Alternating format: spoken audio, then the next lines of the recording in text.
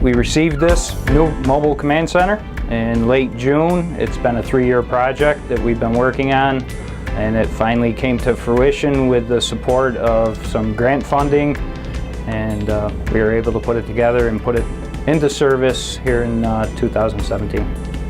The other thing you have to consider when building a vehicle, you only get to do it once, so you have to prep for evolving technologies. Prime example is the camera that we put on this vehicle. It was already spec'd out. We had a camera as the vehicle was being built, and Axis came out with a new night finder camera that gives us night vision capabilities, so we changed last minute to that camera. As well as other technologies that are evolving, you try to look down the road to the future. Satellite is another type of service that can provide you with not only Wi-Fi but satellite phones should there be a major loss of cellular technology. So the vehicle's been pre-built to accept that satellite dish and provide those services as well. Myself, as well as Chief Williams, oversaw this, but I worked directly with the manufacturers. The Chief and I visited several different manufacturers throughout the country. We looked at manufacturers from Florida to California, visited several other sites as well. It actually took about a year to build the vehicle. There's a total of 9 workstations throughout the command that are all wired with phone, computer capabilities, and monitors, and each one would have a laptop computer that would be no different than if you were working in the police station. Once you log in, you got the same capabilities as if you were working at police headquarters. Front room is a conference room. That room was built to seat 14 people.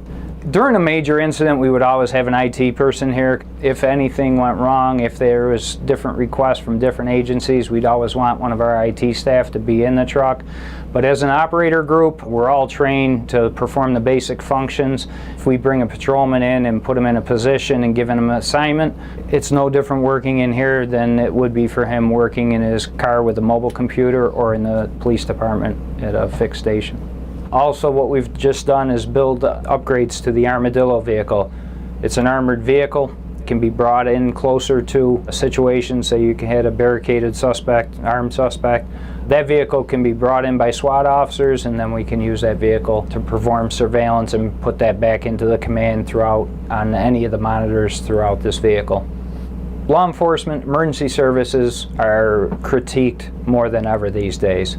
If you don't have a vehicle like this that allows you to work efficiently, effectively, you're behind the 8 ball, and should you have a major incident, you're going to be critiqued and criticized for your inability to effectively manage, mitigate a large situation. So it's really essential.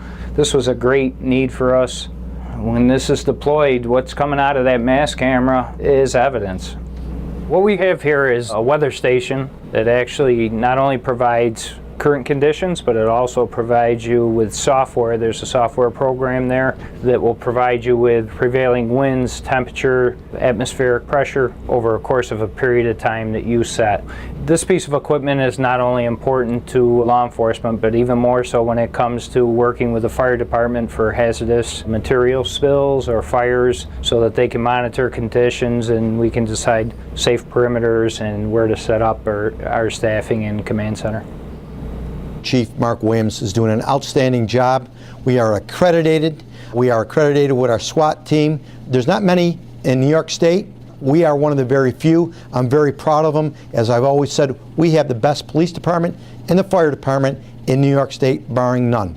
And we're very fortunate at this point with a grant from Assemblyman Brindisi. We have a command unit which has a state-of-the-art facility that we could bring the police station right to a crime scene, right to anything that's a major event, that we have the hands-on ability to have all the technology at our fingertips. So if you look beyond where I'm talking at this point, and you could see above, if Mr. Buckley will please just kind of pan up a little bit. Keep it clean, keep it safe.